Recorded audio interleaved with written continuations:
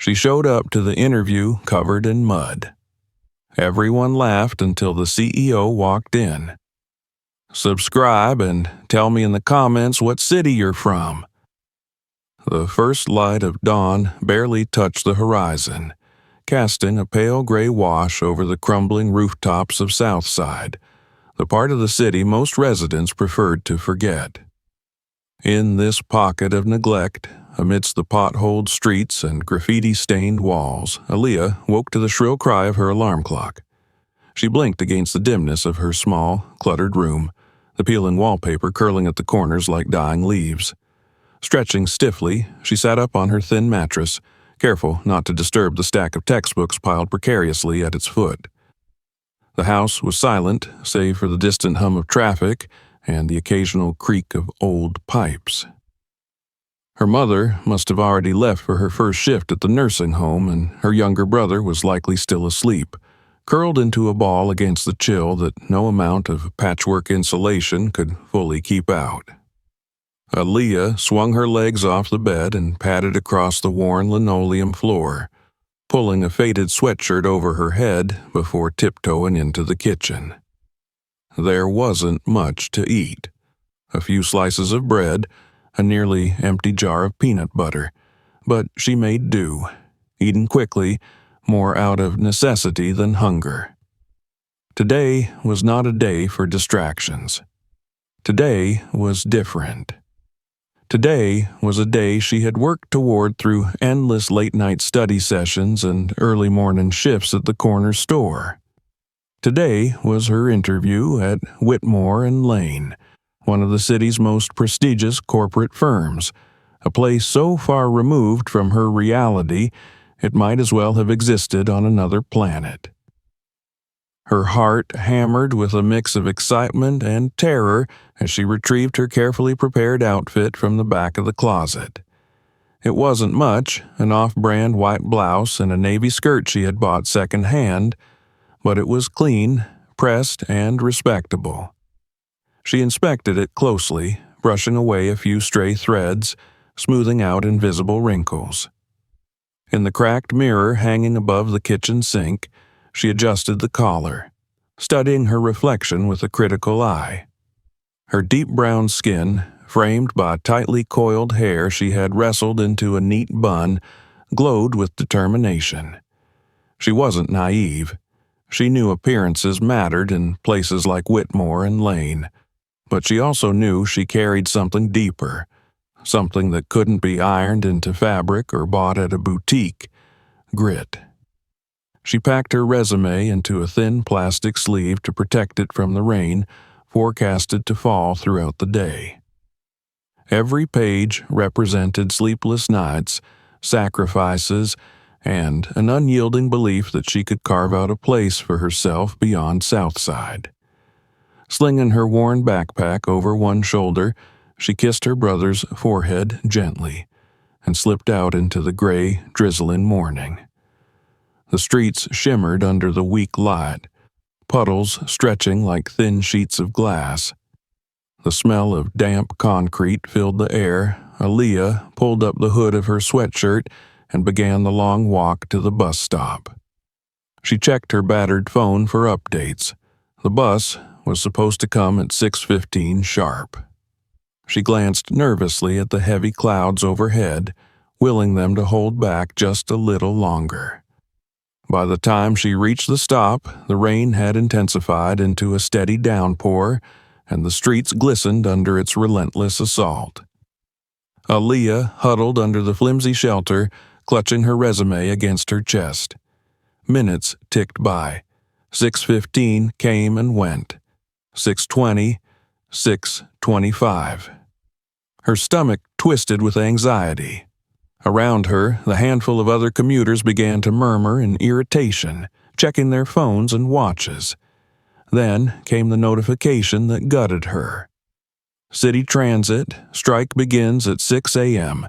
Expect major delays or cancellations. Panic gripped her for a moment. She looked around helplessly as others began to drift away, cursing under their breath. No buses, no taxis in sight, No one wanted to drive into Southside if they could help it. Her interview was scheduled for 8:30 sharp on the opposite side of the city, a distance too far to walk in her best shoes, even under ideal conditions. But these were not ideal conditions. Aaliyah swallowed hard against the lump rising in her throat. She couldn't give up. Not now.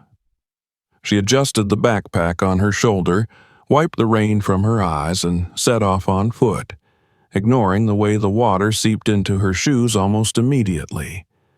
Each step splashed through growing rivers along the sidewalks. Her breath puffed white in the cold air as she walked faster, her heart racing not from exertion but from desperation. The further she went, the more hostile the weather became. Winds whipped the rain sideways, drenching her despite her hood. She clutched her resume tighter, sheltering it beneath her sweatshirt. As she passed into the more industrial parts of the city, she found herself navigating around abandoned warehouses and fenced-off lots, the way ahead a maze of puddles and construction detours. Aaliyah glanced at the time, 7:10. She still had a chance if she kept moving. Her legs burned, her toes numb with cold, but she pressed on. Every so often, she would catch her reflection in a shop window, drenched, bedraggled, small, and force herself to look away. Keep moving, keep moving. When she reached the midpoint of her journey, the neighborhoods shifted. The sidewalks here were broader, cleaner, the cars newer, the faces whiter. She quickened her pace, keenly aware of every glance cast in her direction, but she didn't have the luxury of caring about appearances now. That was when she saw her. An elderly woman, frail and bent, struggling to push her wheelchair up a flooded curb. Bags of groceries dangled precariously from the chair's handles, dragging it backward as the woman fought to gain traction. The water gushed around the wheels, threatening to topple her. Aaliyah's steps slowed. Every instinct screamed at her to keep going. She was already late, soaked, miserable, and barely hanging on. Helping would cost her precious minutes she couldn't afford. She tightened her grip on the resume. The woman's foot slipped, and she stumbled with a cry, barely catching herself on the slick, uneven pavement. Aaliyah didn't think anymore. She ran. The water was icy as it flooded her sneakers, soaking her to the skin, but she plunged into the street without hesitation. The woman gasped in fear as the chair tilted dangerously. Aaliyah dropped her resume into her backpack and grabbed the wheelchair with both hands, digging her heels into the ground.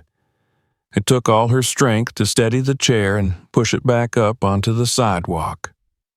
"Thank you, child," the woman rasped, shivering under her threadbare coat. Aaliyah didn't wait for gratitude. She pulled the woman's groceries into her own arms and helped guide her up the narrow walkway to the entrance of a weather-beaten apartment building nearby. She set the bags down just inside the door, offering the woman a smile before backing away. Only then did she take stock of herself. Mud streaked her skirt and blouse. Her shoes squelched with every step, heavy with filth and debris. Her hair, once neatly tied, had escaped its confines, plastered to her forehead in dripping coils. The cold clung to her skin, sinking deep into her bones. She wanted to cry, wanted to scream at the injustice of it all. She had done the right thing, and now her dream was slipping through her fingers like the rain down the gutters. But she couldn't stop now. Wiping her face on the sleeve of her ruined blouse, she checked the time. 7:30. If she ran, she might just make it. She couldn't let this morning be for nothing. Her family was counting on her. She was counting on herself. Squaring her shoulders against the biting wind, Aaliyah turned and ran. The city blurred around her. The sleek high-rises and boutique cafes, the disinterested stares of passers-by. Her wet clothes clung to her like a second skin. Her teeth chattered with every breath, but she didn't slow down.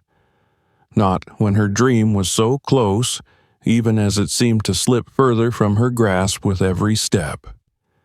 She didn't know yet that the hardest part of her journey was still ahead, and that the moment she pushed open the grand glass doors of Whitmore and Lane would not just change her life, but ripple through the lives of everyone who witnessed her arrival. Aaliyah pressed on, soaked, shivering, heart pounding not from fear, but from the desperate, burning hope that refused to die. The city seemed determined to resist her every step. The rain, relentless and biting, hammered against the concrete like nails against a coffin. Aaliyah's legs ached with exertion, each footfall heavy and squelching in her soaked shoes. Her lungs burned from the cold air as she pressed forward, weaving between pedestrians who either barely noticed her or shifted away with a disdainful wrinkle of their noses. The sleek, polished facades of downtown buildings rose around her like indifferent giants, their gleaming windows reflecting her bedraggled figure back at her with cruel clarity. She kept her head down, focusing on the rhythmic thud of her shoes on the wet pavement, the pulse of her determination louder than the beat of the rain. Somewhere ahead lay Whitmore and Lane, a symbol of everything she had fought for, everything she refused to surrender. The thought fueled her, stoked the embers of resolve deep within her chest, even as the cold gnawed at her fingers and soaked through every layer of clothing. It was, as she crossed another flooded intersection, her backpack clutched tightly against her chest, that a scene unfolded before her, something so sudden, so urgent, that instinct overtook all thought. A few yards ahead, an elderly white woman in a battered wheelchair struggled against the force of the storm. Grocery bags hung precariously from the handles of her chair, tugged and buffeted by the wind, while the woman herself tried and failed to maneuver up a shallow curb onto the safety of the sidewalk. Her thin coat, no match for the rain, clung to her frail frame, and the water pooled around the wheels of her chair, creating a swift, filthy current that threatened to carry her away. People saw her. A man in a suit paused, frowned, then hurried past, his briefcase held protectively against his side. A woman in heels, struggling with an umbrella, glanced over once, then turned her back. A delivery cyclist swerved around her, cursing under his breath. No one stopped. No one so much as slowed. Aaliyah's heart lurched in her chest. She hesitated for a split second, the voices of panic and practicality screaming inside her mind. She was already late. She was already soaked. Her interview was slipping further and further away with every heartbeat.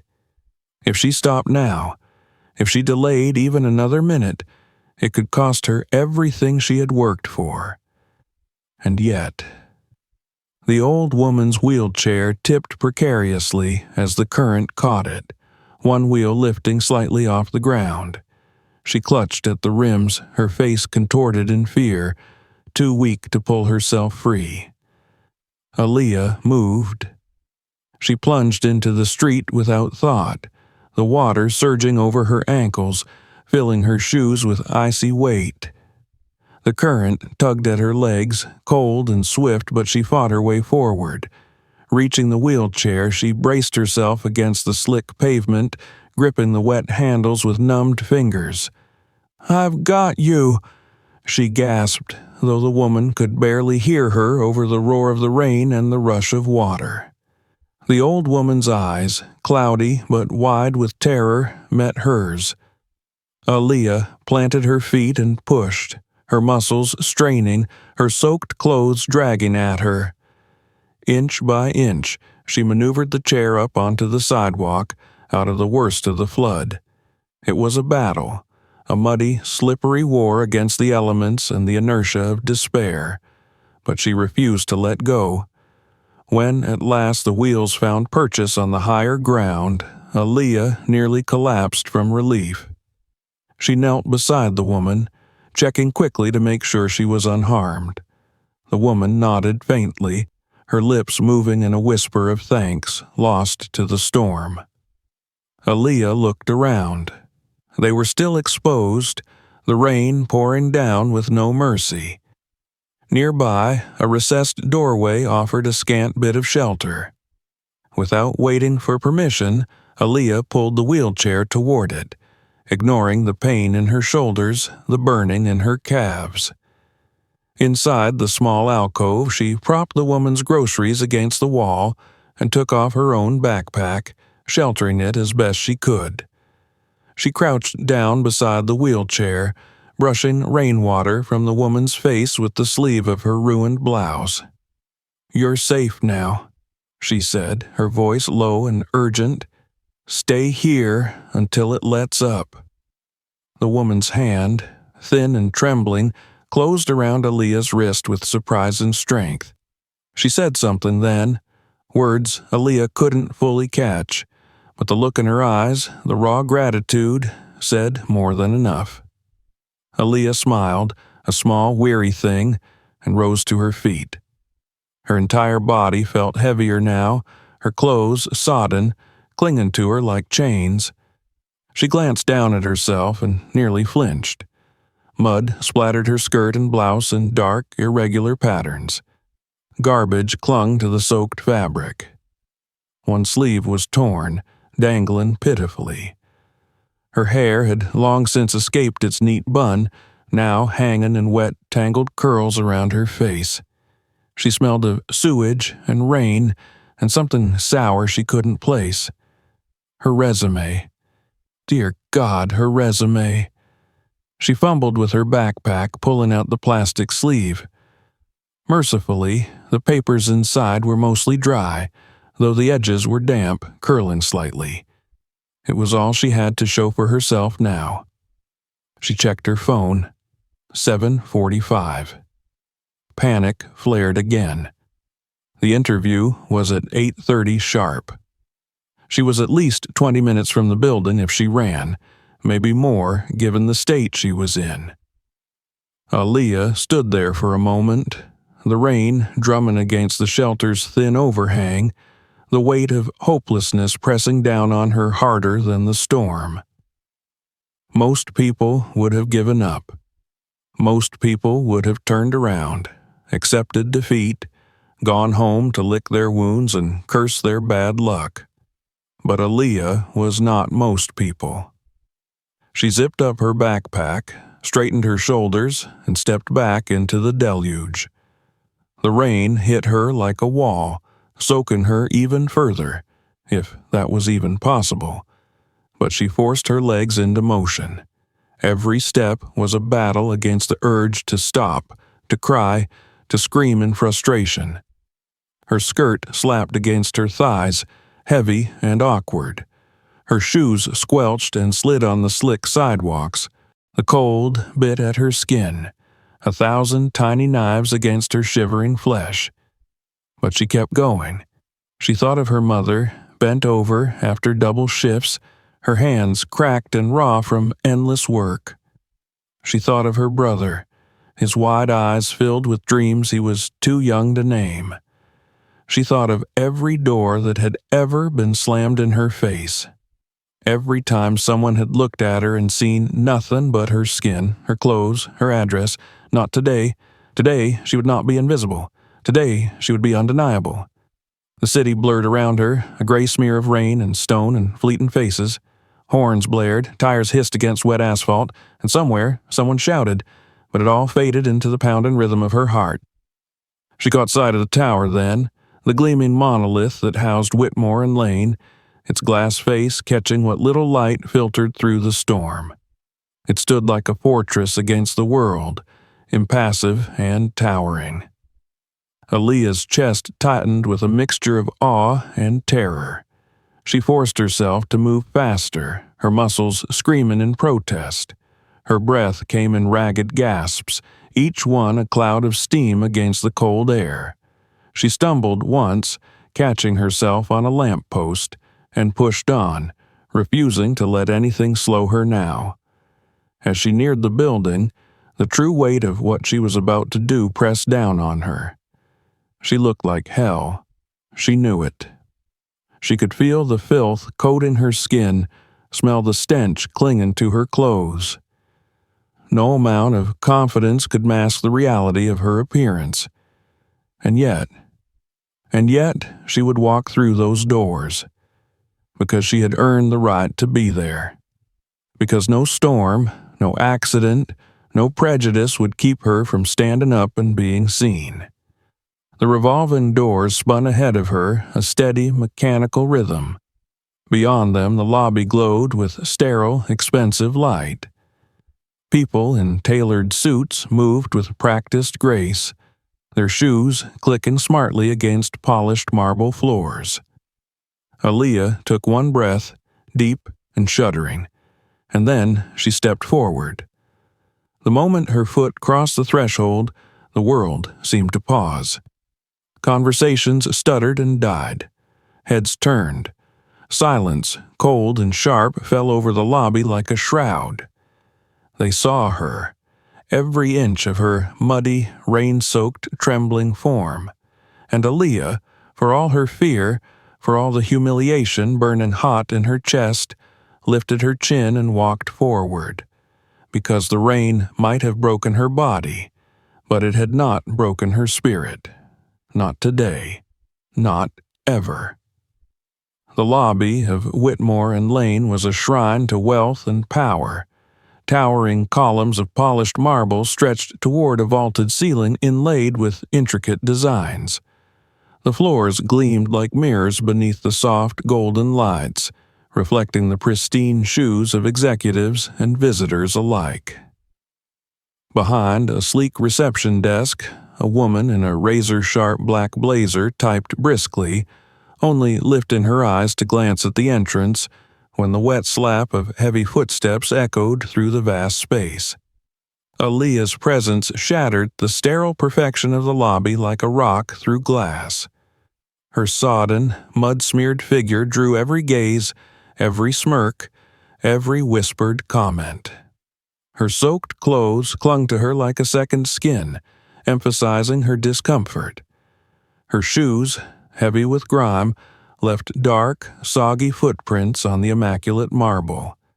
Each step forward felt like an act of rebellion against the unspoken rules of this place, rules that said only the polished and pristine belonged.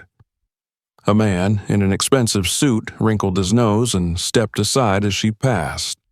A young woman with perfectly coiffed hair leaned in close to her friend, murmuring something behind a manicured hand, both of them snickering as their eyes followed Aaliyah.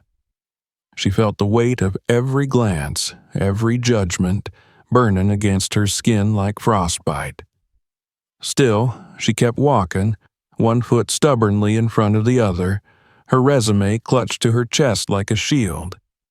At the reception desk, the woman behind the counter straightened, her expression freezing into polite neutrality that couldn't mask the flicker of disdain in her eyes.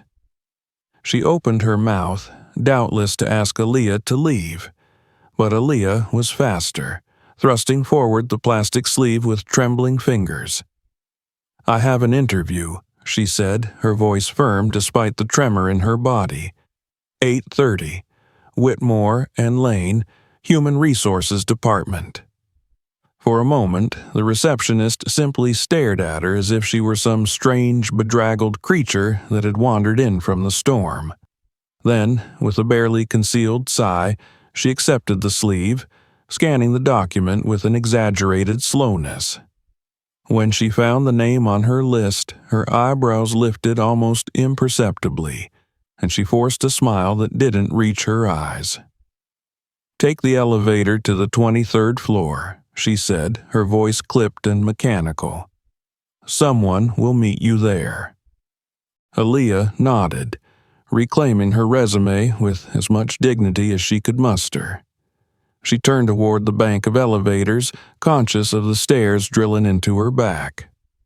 Her wet sneakers squeaked against the marble, each sound magnified in the cavernous space. She kept her gaze forward, her chin lifted, her steps deliberate. Inside the elevator, she finally allowed herself a moment to sag against the cool metal wall. She squeezed her eyes shut, breathing deeply, willing her heart to slow its frantic pounding. The soft hum of the elevator ascending was almost soothing, a rare moment of stillness in the chaos that had become her morning. When the doors slid open with a muted chime, Aaliyah stepped out into a hallway lined with glass walls and framed awards. Everything gleamed here, from the pristine white walls to the silver nameplates mounted beside each door. The faint scent of expensive cologne and polished wood filled the air. Voices murmured behind closed conference room doors, smooth and confident. A young assistant in a navy pencil skirt and matching jacket approached, tablet in hand. She glanced at Aaliyah, her smile faltering for a fraction of a second before she recovered her professional mask. "This way, please," she said, her voice tight. Aaliyah followed her down the hall, past sleek offices where impeccably dressed professionals tapped away at laptops or spoke briskly into headsets. Through the glass, Aaliyah caught glimpses of tidy desks, gleaming awards, framed diplomas from Ivy League universities. Her own reflection followed her in the glass, soaked, shivering, mud-streaked, and she had to force herself not to look away. The assistant led her into a conference room that looked like something out of a business magazine. A massive table of dark wood polished to a mirror finish, surrounded by high-backed leather chairs. Floor-to-ceiling windows offered a panoramic view of the city skyline, where the storm clouds still churned and brooded. Several candidates were already seated around the table. They glanced up as Aaliyah entered, and the expressions that flickered across their faces were a study in subtle cruelty. A smirk here, a raised eyebrow there, a pointed glance exchanged between two women in matching tailored suits. A young man in a charcoal gray blazer leaned back in his chair, crossing his arms and regarding her with thinly veiled amusement. Aaliyah ignored them. She moved to the far end of the table, away from the cluster of polished candidates, and sat down. The leather chair squeaked under her weight, the sound loud in the charged silence. A few moments later, the interview panel entered. 3 men and 2 women, all dressed in variations of the same crisp, muted elegance.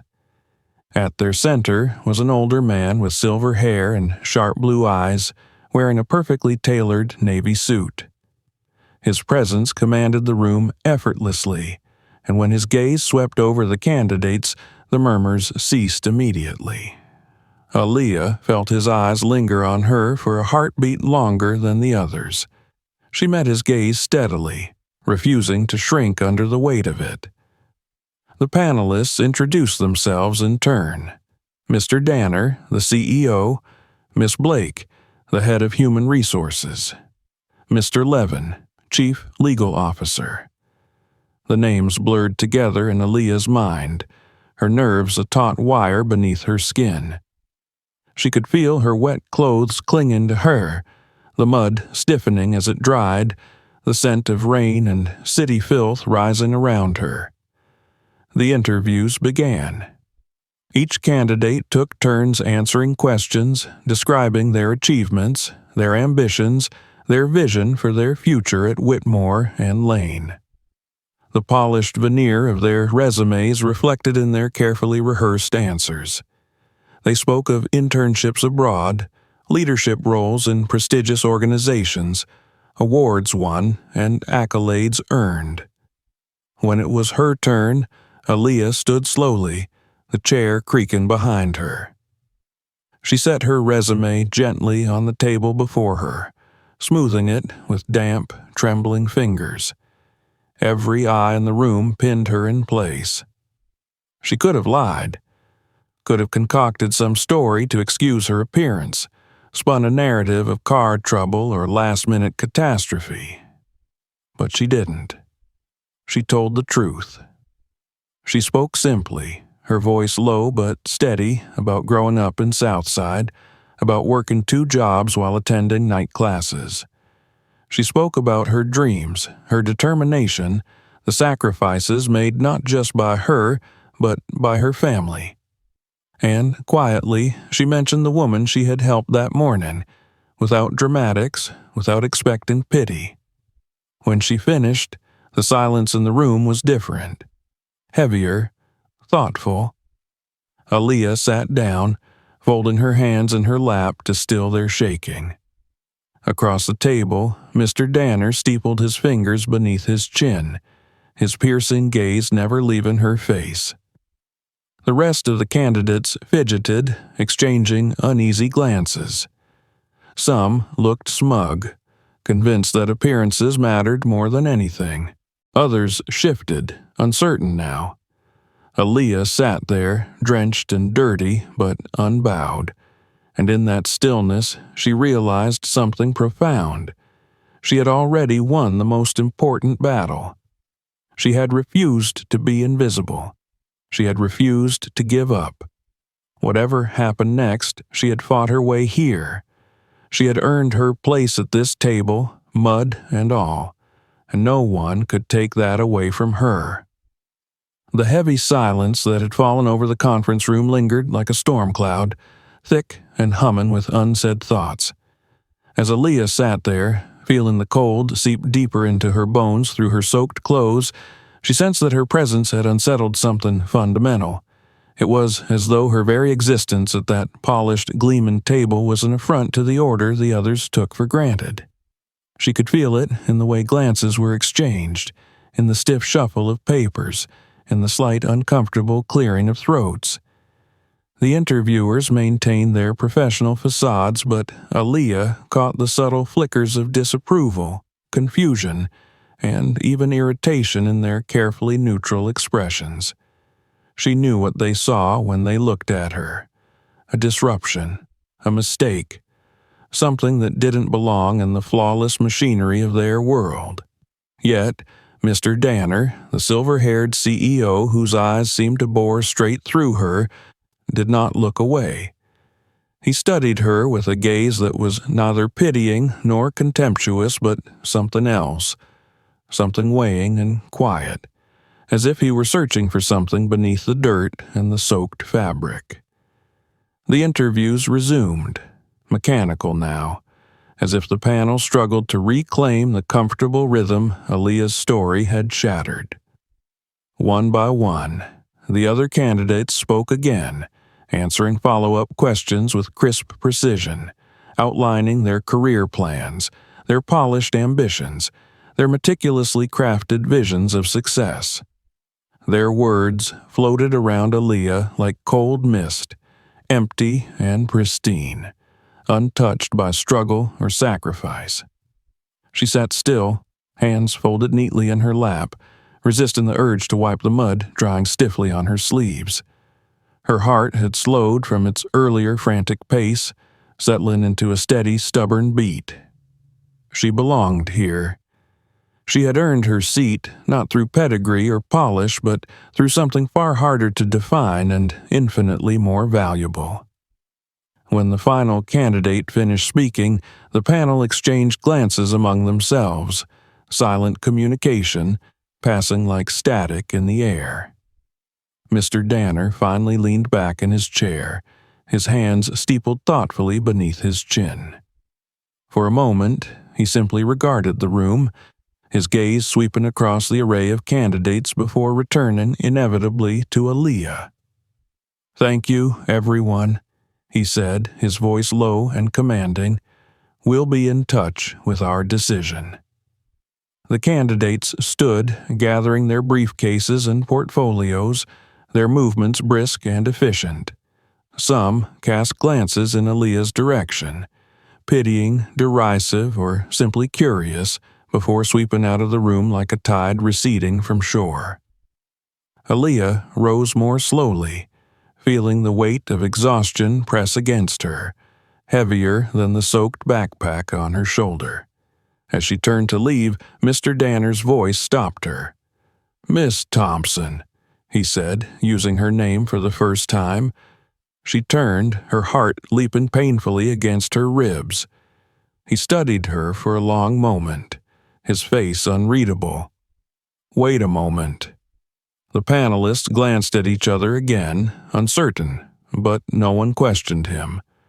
The others filed out, murmuring among themselves, until only Aaliyah and Mr. Danner remained in the cavernous room. He gestured for her to sit once more. She obeyed, sinking into the leather chair with as much composure as she could muster, though every part of her ached to flee the scrutiny she was about to face. Mr. Danner leaned forward, resting his elbows on the table. His eyes, sharp and clear, fixed on hers without hesitation. "I want you to tell me," he said, "why you still came." The question struck her harder than any sneer or whisper had. She swallowed, feeling the roughness of her throat from the cold air and the tension coiling within her. "Because," she said quietly, "I made a promise to myself and to the people who believe in me. I couldn't break it, not for anything." He nodded slowly, as if confirming something he had already suspected. His gaze softened, just slightly, a fleeting thing almost too subtle to notice. For a few long seconds neither spoke. The rain drummed faintly against the vast windows, a muted rhythm that seemed to underscore the gravity of the moment. Finally, Mr. Danner stood, smoothing the front of his jacket. "Follow me." Without waiting for her response, he moved toward a side door that led out of the conference room. Aaliyah hesitated only a second before rising to follow, her wet sneakers squeaking against the polished floor. He led her down a quieter hallway, past offices and lounges that exuded understated luxury, until they reached a small, elegantly furnished room with 2 chairs and a low table between them. It felt more personal, less staged, as though it was meant for real conversations rather than performances. He gestured for her to sit again and took the seat opposite. "I'm going to tell you a story," he said, his voice low but steady, "and then I'm going to make you an offer." Aaliyah sat rigidly, her heart thudding painfully, her hands tightening around the strap of her backpack. Mr. Danner's eyes drifted, focusing not on her but on some distant memory. 30 years ago," he began, "I walked into a bank downtown looking like I'd just crawled out from under a car, because, in a way, I had. I was working nights as a mechanic, trying to put myself through community college. I didn't have a degree. I didn't have a polished resume. Hell, I didn't even have decent shoes. I was broke, tired, and so far out of place I might as well have been invisible." A small smile, wry and tinged with sadness, crossed his lips. "The receptionist almost turned me away. And the people in that lobby," he shook his head, remembering, "they looked at me the way people sometimes look at you, like I didn't belong." He paused, meeting her gaze again. But one man saw past the dirt and the grease. He listened. He gave me a chance. And that chance changed my life. Aaliyah felt her throat tighten, emotion swirling dangerously close to the surface. "I built this company," he continued, "on the idea that we would value what mattered. Integrity, grit, heart. Somewhere along the way, I think some of us forgot that. Got caught up in appearances, in prestige, in polish." He leaned forward, his voice dropping to a near whisper. "Today, you reminded me." Aaliyah stared at him, barely breathing. "I'm offering you a position," he said simply. "It won't be glamorous at first. You'll have to work twice as hard to prove yourself. But I believe you can. I believe you already have." Tears prickled at the corners of her eyes, but she blinked them back fiercely. She nodded once, unable to trust her voice. Mr. Danner smiled, a real smile this time, warm and proud. "Welcome to Whitmore and Lane, Miss Thompson." He stood, offering his hand. Aaliyah rose on shaking legs and took it, the firm, steady grasp grounding her in a moment that felt both impossible and inevitable. For the first time since she had stepped into the lobby, Aaliyah allowed herself to smile. Not the small, guarded smile she wore like armor, but a full, radiant smile born of triumph, relief, and fierce, unyielding hope. She had fought for this. She had bled for this. And now, against every odd, she had won. As she left the room, following Mr. Danner back through the hushed halls, she felt the shift around her. People still stared, but the nature of their gazes had changed. No longer dismissive, no longer mocking. There was curiosity now, and a glimmer of something else. Respect. Outside, the rain had begun to lighten, the first pale fingers of sunlight breaking through the heavy clouds. Aaliyah paused for a moment at the glass doors, watching the light spread across the wet pavement like a promise. The world hadn't changed. It was still hard, still unfair, still stacked against girls like her.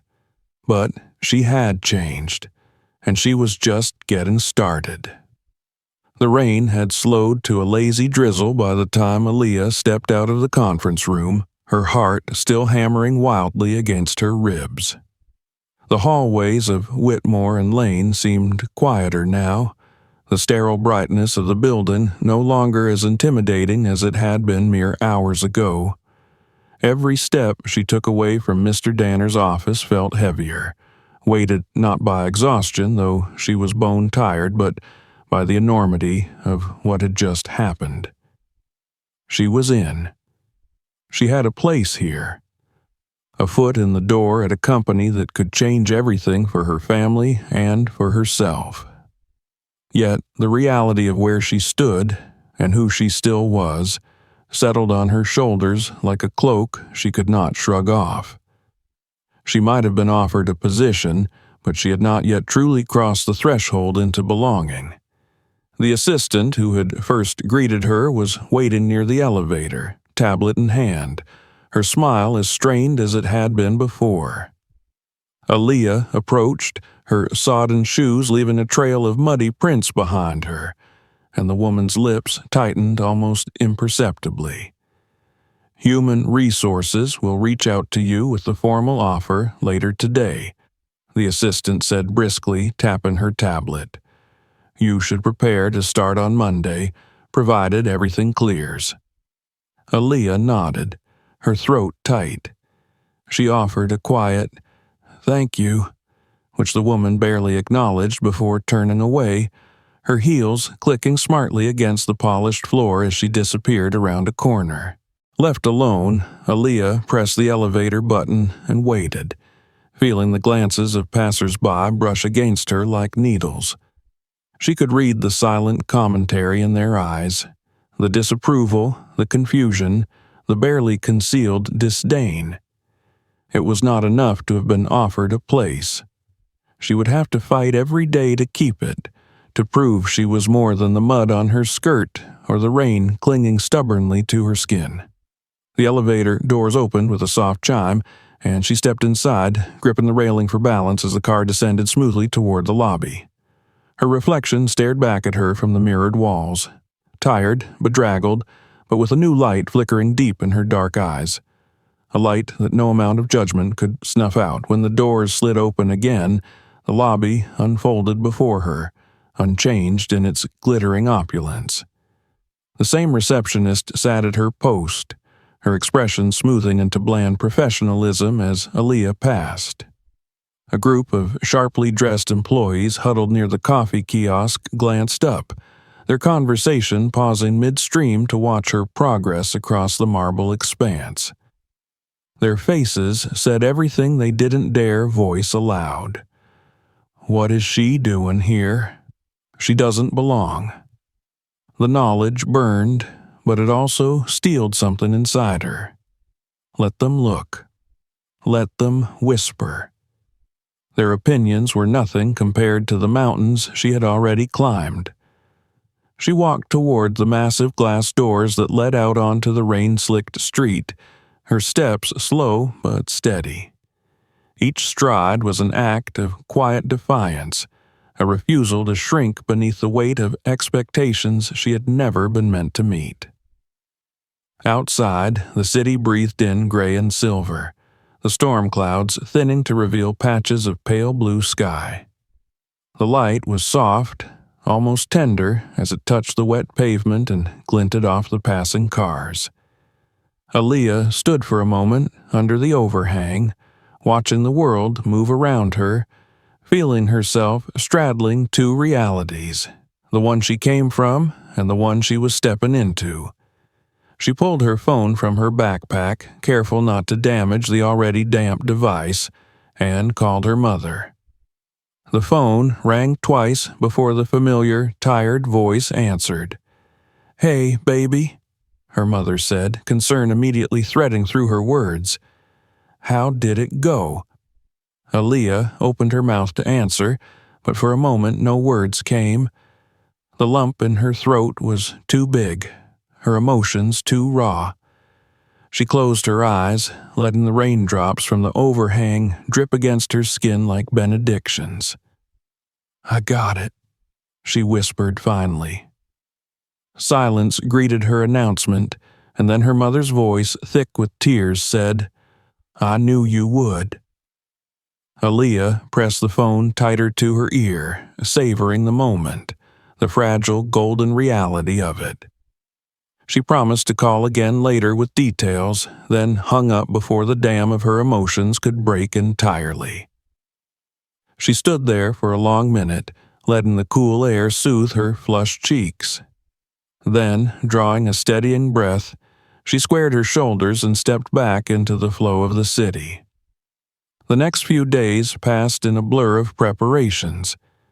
She scoured thrift shops for a few more professional outfits, carefully laundering and pressing them until they looked as crisp as she could manage. She spent hours reviewing everything she could find about Whitmore and Lane, memorizing department structures, key executives, company culture initiatives. She wanted to be ready. She needed to be more than the girl who stumbled through the front doors soaked and muddy. She needed to be indispensable. Sunday night, she barely slept. She lay awake, staring at the cracked ceiling of her bedroom, nerves fluttering in her stomach like trapped birds. Every fear, every insecurity, every harsh memory resurfaced in the darkness, but with each breath she pushed them away, replacing them with the steady rhythm of her heart, with the image of Mr. Danner's hand reaching out across the conference table. Monday morning dawned clear and bright. The storm had finally passed, leaving the air clean and sharp. Aaliyah rose before the sun, dressing with meticulous care in a simple navy dress and black flats polished until they gleamed. Her hair was neatly pulled back into a bun, her resume tucked once more into a plastic sleeve, not because she needed it today, but because it felt like armor. The journey to the office was mercifully uneventful this time. No floods, no disasters. Just the usual slow trudge of public transportation and the crush of morning commuters. When she reached Whitmore and Lane, she paused outside the glass doors, gathering herself. Inside, the lobby buzzed with life, a river of suits and briefcases and brisk determination. She walked through the doors, head high. The receptionist glanced up, recognition flickering in her eyes before she looked away without acknowledgement. Fine. Aaliyah didn't need validation from her. She made her way to the elevator, joining a cluster of employees. The chatter around her barely registered. She kept her eyes forward, her mind focused. On the 23rd floor, an HR representative was waiting to greet her. A different woman this time, younger, with an open smile that eased some of the tightness in Aaliyah's chest. They went over paperwork, benefits, company policies. The HR woman explained that Aaliyah would start in the research and development department as an assistant analyst, a position with potential for growth if she proved herself. After the onboarding formalities, Aaliyah was escorted to her new workspace, a small but tidy cubicle near the back of the R&D floor. Around her, employees moved with purpose, tapping away at computers, holding animated discussions over conference tables.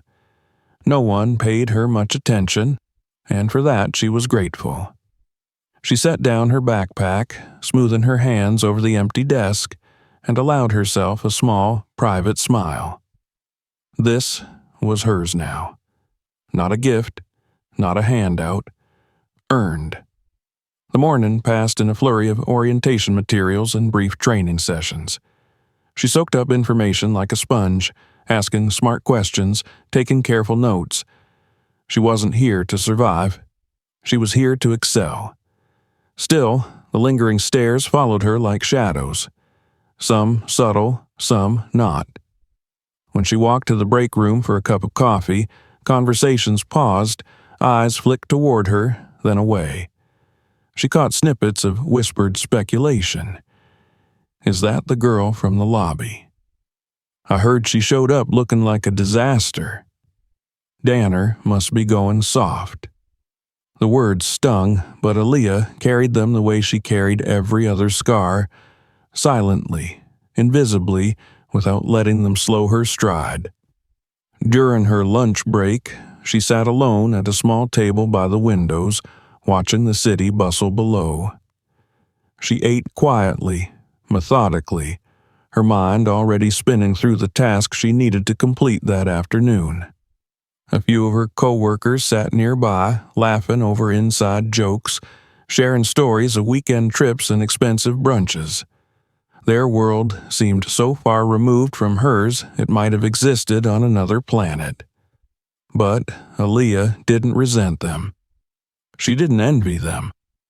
She was building something different, something deeper, something no one could take away from her.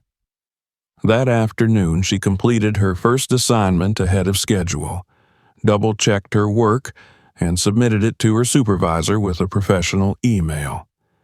She stayed late, reviewing documents for the next project, her focus absolute. When she finally left the building, the sun was dipping low behind the skyline, painting the glass towers in hues of fire and gold.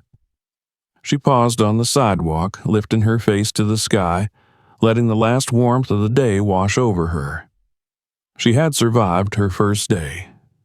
More than survived. She had planted her flag in unfamiliar soil and claimed her place. But she knew this was only the beginning. The real battles, the real tests lay ahead, and she was ready for every single one of them. The weeks that followed unfolded like a test of endurance. Each day another rung on the ladder Aaliyah had set herself to climb. Her days at Whitmore and Lane became a cycle of long hours, steep learning curves, and a steady undercurrent of silent scrutiny. She arrived before most of her co-workers and left after the office began to empty, determined to outwork every doubt that clung to her name like a shadow. At first, her presence was tolerated with a kind of brittle politeness, the sort reserved for someone whose place was questioned but not openly challenged. Conversations around her dropped to a murmur when she entered a room. Meetings skirted around her contributions, her suggestions met with nods that felt obligatory rather than engaged. She was invited to none of the casual lunches, the spontaneous coffee runs, the weekend gatherings that seemed to knit the department into a fabric from which she remained distinctly apart. Aaliyah told herself she didn't mind. She had not come to Whitmore and Lane to make friends. She had come to build a future. Still, there were moments when the weight of isolation pressed heavily against her chest. Moments when she sat at her desk, watching the easy camaraderie between her colleagues, and wondered if she would ever truly belong. She poured herself into her work, accepting every task without complaint, volunteering for assignments no one else wanted. She double-checked every report, triple-checked every presentation. She became the unseen engine that kept her team running, though few acknowledged it. Her diligence was a shield against the slights, the microaggressions disguised as jokes, the subtle underestimations. She learned quickly that excellence was her only defense, that in a world where she was judged twice as harshly, she had to be twice as good. It was during one of the department's major quarterly reviews that her chance to truly prove herself came. The team had been preparing a comprehensive market analysis for weeks, and tensions were high. The presentation would be given directly to Mr. Danner and the executive board. It was the kind of opportunity junior employees rarely touched, much less led. Yet, when the original lead analyst fell ill the night before the presentation, the department head, in a move born more of desperation than trust, turned to Aaliyah. "You've been working closely on the data," he said, not quite meeting her eyes. "You can step in." There was hesitation in his voice, an unspoken question about whether she could handle it, whether she could stand before the highest levels of the company without embarrassing them all. Aaliyah felt it like a stone lodged in her throat. She nodded once, firmly. "I'll handle it," she said, her voice steady. That night, she stayed in the office until the janitorial staff began their rounds, poring over every slide, every figure, memorizing not just the content but the rhythm of the story the data told. She rehearsed in the darkened conference room, her reflection a flickering ghost in the glass walls. When she finally stumbled home, the sky was beginning to lighten, and she slept in her clothes for the few precious hours she could afford. The next morning, dressed in her best suit, a simple charcoal gray ensemble she had bought secondhand but tailored meticulously, Aaliyah stood outside the executive conference room, her palms slick with sweat, her heart thudding painfully in her chest. She could feel the eyes of her co-workers on her back, a mixture of pity, skepticism, and barely veiled curiosity. When the heavy doors opened and she stepped inside, the room seemed to stretch before her endlessly. A long, gleaming table surrounded by the highest echelons of Whitmore and Lane, each face sharp, discerning, waiting. At the head of the table sat Mr. Danner. Their eyes met briefly, and she thought she saw, just for a moment, a flicker of encouragement in his gaze. She began. Her voice, though soft at first, grew stronger as she moved through the presentation. She spoke with clarity, with precision, weaving the data into a compelling narrative of opportunity and risk. She anticipated questions before they were asked, addressed potential weaknesses without being defensive, highlighted solutions with confident pragmatism. Halfway through, she no longer heard the doubtful murmurs in her mind. She saw only the story she was telling, the path she was building with each carefully chosen word. When she finished, there was a moment of silence so profound it rang in her ears. Then Mr. Danner leaned back in his chair, a slow smile curving his lips. "Excellent work," he said, his voice carrying easily across the room. Others nodded, some begrudgingly, some with genuine surprise. The meeting moved on, but Aaliyah barely registered the transition. She had crossed an invisible line, a threshold more daunting than any doorway. She had not just survived, she had impressed. Later, in the elevator, a few colleagues who had barely acknowledged her presence before offered nods, brief smiles. Not friendship, not yet, but something closer to respect. That night, Aaliyah walked home through the city streets, the cold air sharp against her skin, and for the first time since she had stepped into Whitmore and Lane, she allowed herself a moment of pure, unfiltered pride. But the tests were not over. A few days later, the company hosted a networking event, an informal mixer intended to foster relationships across departments. Attendance was technically optional, but practically mandatory. Aaliyah hesitated, dreading the prospect of navigating a sea of small talk and subtle exclusions, but she knew she couldn't afford to be invisible. She arrived early, dressed carefully in a simple black dress and modest heels. The venue was a sleek rooftop bar, all glass and steel, the city sprawling around them in glittering lights. Clusters of employees gathered in tight circles, laughing over cocktails, their conversations a smooth blend of ambition and familiarity. Aaliyah collected a drink she didn't plan to finish and wandered the edges of the gathering, searching for an opening, a place to insert herself.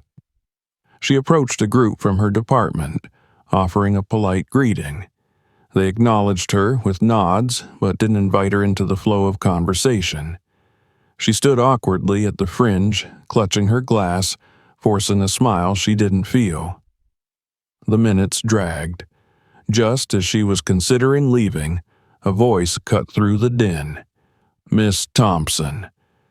Mr. Danner stood a few feet away, a drink in hand, his silver hair catching the rooftop lights. He beckoned her over, his smile genuine. Reluctantly, the group parted to let her pass. Mr. Danner introduced her to several high-level executives, casually mentioning her role in the recent presentation, praising her initiative and analytical skill. Aaliyah could feel the shift around her, the recalibration of perceptions, the subtle reassessment of her worth. It wasn't complete acceptance, but it was a beginning. The rest of the evening passed in a blur of handshakes and business cards, polite conversations, and promises to connect. By the time she left, her cheeks ached from smiling, and her feet throbbed in her borrowed heels. But she carried something new within her, a sense of belonging earned, not given. When she lay in bed that night, staring up at the ceiling, she knew that the fight would never truly end. She would always have to work harder, prove more. There would always be whispers, doubts, barriers placed where others found none. But she also knew this. She had the strength to meet those challenges head-on. She had walked through storms, through mud and judgment and isolation, and she had not broken. She would not break now. She would rise, step by step, day by day, carving out a space for herself with the same relentless determination that had carried her through that rain-soaked morning and into the heart of Whitmore and Lane. The future stretched before her, uncertain, daunting, and filled with promise, and she was ready to meet it. Spring arrived in the city almost without warning, chasing away the last grudges of winter with sudden bursts of sunlight and the warm scent of blooming trees lining the sidewalks. The streets, once slick with rain and gray despair, now shimmered under a bright, forgiving sky. It was a season of renewal, of transformations whispered on every breeze, and for Aaliyah, it felt like the world outside was finally mirroring the quiet revolution stirring inside her. The changes at Whitmore and Lane were subtle at first, almost imperceptible. A nod from a senior analyst who had once looked through her, an invitation to join a brainstorming session she hadn't been expected to contribute to before. Small gestures, but they accumulated like drops of water filling a cup. The murmured gossip that had once followed her muddy footprints through the marble lobby faded, replaced by curious inquiries about her projects, her ideas. Respect, Aaliyah realized, was not gifted easily here. It was earned, and she was earning it one determined step at a time. She no longer clung to the edges of meetings, waiting to be acknowledged. She spoke up with quiet authority, presenting analyses and proposals that were lean, precise, and impossible to dismiss. She listened, too, more than she spoke, absorbing the unspoken rules of corporate survival with the same hunger she had once reserved for textbooks in the underheated corners of Southside's public library. Over time, her name became less a subject of whispers and more a point of discussion in planning meetings, attached to words like reliable, sharp, promising. There were still moments, of course. Days when a careless comment or a condescending glance would slash across her resolve like a blade. When the memory of muddy sneakers squelching across pristine marble would rear up, threatening to choke her in shame. But those moments grew fewer, and when they came, she faced them not with bitterness, but with the calm certainty that she belonged here as much as anyone else. Mr. Danner remained a quiet presence in her journey. He did not micromanage her or shield her from the harder lessons. Instead, he seemed content to let her find her own footing, offering nods of encouragement from a distance, a rare word of praise at just the moment she began to doubt herself. She respected him more for that, understanding instinctively that true mentorship was not about coddling, but about believing in someone's ability to climb even the steepest cliffs unaided. A few months into her tenure, Aaliyah was asked to lead a project team, a modest initiative compared to the massive accounts handled elsewhere in the company, but a milestone nonetheless.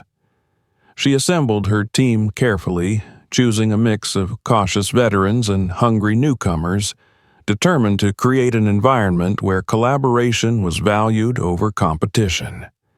The project, a market entry analysis for an emerging region, required late nights, countless revisions, and no small amount of political finesse.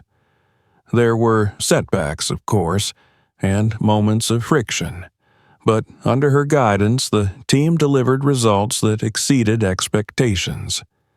The recognition that followed was quieter than she had imagined, but it was real. A commendation in a department-wide meeting, a congratulatory email from a vice president, a request to mentor a new junior analyst. It was enough. More than enough. One particular afternoon, as the office buzzed with the low hum of productivity, a minor incident unfolded that brought the entire arc of her journey into sharp, aching focus. A new intern, fresh-faced and nervous, stumbled into the break room balancing a tray of coffees. A careless bump against the door frame sent the cups tumbling in slow motion, splattering their contents across the gleaming tile floor. The room fell silent, the kind of heavy, expectant silence that had once wrapped itself around Aaliyah when she had entered the lobby soaked and filthy. The intern froze, mortified, her cheeks flaming as she tried to stammer an apology, bending down awkwardly to clean up the mess with trembling hands. Without hesitation, Aaliyah set down her folder, crossed the room, and knelt beside her. "Don't worry," she said gently, offering the intern a napkin and a reassuring smile. "We all have our moments." The intern's eyes, wide with humiliation, flickered with a spark of relief. She smiled back, small and grateful. Around them, the tension in the room eased.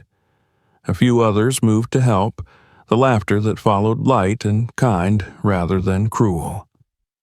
Later, as Aaliyah returned to her desk, she caught Mr. Danner watching her from the glass-walled corner office. Their eyes met, and he offered a slow, approving nod. She returned it with a smile, understanding passing between them without the need for words. In that moment, she realized that her journey had come full circle. From the mud-soaked girl standing defiantly in a marble palace to the poised professional quietly shaping the culture from within, she had not just claimed a place at the table. She had changed the shape of the table itself. It wasn't just about one job or one opportunity. It was about opening a door and holding it open long enough for someone else to slip through behind her. It was about redefining success not as perfection, but as perseverance, integrity, and courage. When she stepped out of the building that evening, the air was warm against her skin, the city alive with the restless energy of early summer. She walked the familiar streets with a lighter step, her head high, her heart steady. The world was still what it was, messy, unfair, beautiful. There would still be storms ahead, battles to fight, injustices to endure.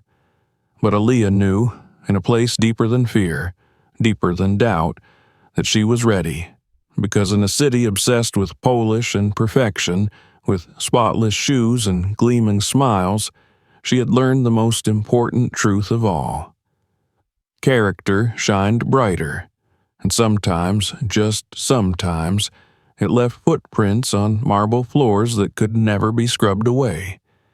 She smiled to herself, a small, secret smile, and kept walking into the gathering dusk where the lights of the city blinked like 1,000 tiny promises waiting to be claimed.